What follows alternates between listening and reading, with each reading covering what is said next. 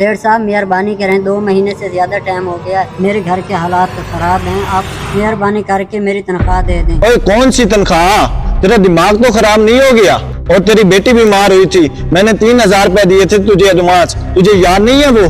हाँ सेठ साहब मुझे याद है, 3000 रुपए मैंने लिए थे, लेकिन आपको याद नहीं है। लेकिन मैंने तो तनख्वाह में से कटवा भी दिए थे। मुझे अच्छी तरह याद है, मैंने तनख्वाह में से नहीं काटे और 2-3 मरतबा तूने और भी लिए मुझसे पैसे, और अब मुंह उठा के पैसे लेने आ गया तू। सेठ साहब खुदा गवाह है, मैं झूठ नहीं बोल रहा। सेठ साहब खुदा गवाह है, मैं झूठ नहीं बोल रहा। अरे सेठ साहब मैंने पैसे नहीं लिए, मेरे घर के हालात बहुत खराब हैं, मेरे घर में कुछ खाने के लिए नहीं है।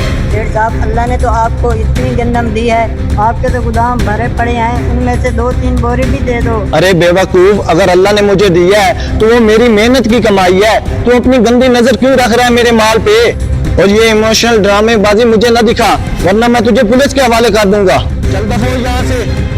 ठीक है सेठ साहब मैं चला जाता हूँ, आप पुलिस को ना बुलवाइए, मैं अपना मामला अल्लाह पे ही छोड़ता हूँ, वही इंसाफ करेगा। आपने गरीब का हाथ खाकर अच्छा नहीं किया।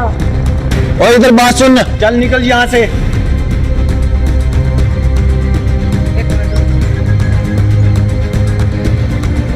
मुबशर क्यों रो रहा है तू? काफी दिनों से शहर के पास भी नहीं नजर आ रहा तू, खैरियत तो है? अरे रशीद भाई, मैं सेठ साहब के पास कैसे नजर आता आपको? उसने तो 2-3 महीने पहले मुझे निकाल दिया था और चक्कर से चक्कर भी लगाए खड़ा हूँ, वो तनख्वाह भी नहीं दे रहा। मैं अपनी किस्मत को न रहूं तो और क्या करूं? ओहो, ये तो बहुत बुरा हुआ तुम्हारे साथ। सेठ ऐसा कैसे कर सकता है? हो सकता है सेठ साहब की कोई परेशानी हो। अरे रशीद भाई, सेठ साहब को अपनी परेशानी नजर आती है, हम गरीबों की मजबूरी नहीं नजर आती उसको।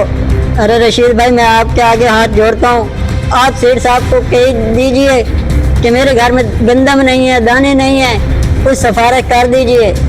रशीद भाई सेठ साहब से आप सिफारिश करके मेरे पैसे मुझे लेके दें। अच्छा तू परेशान ना हो, मैं सेठ साहब से बात करता हूँ, परेशान अल्लाह करम करेगा। सेठ साहब अगर आप नाराज हो तो एक बात कहूँ आपसे।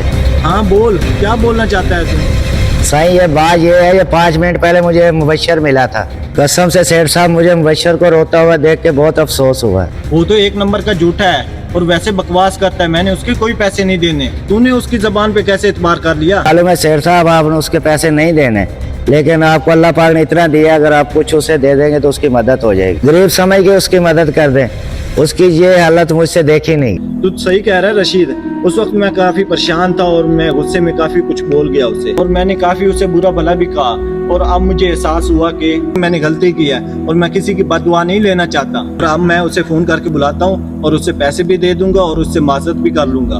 वैसे ये देख मुझे माफ कर दे, मेरे हाथ जुड़े हैं, मैंने गुस्से और परेशानी में पता नहीं तुझे क्या कुछ बोल दिया, और अब मुझे एहसास हुआ मैंने गलत किया है तेरे साथ। और ये ले तेरी तनख्वाह,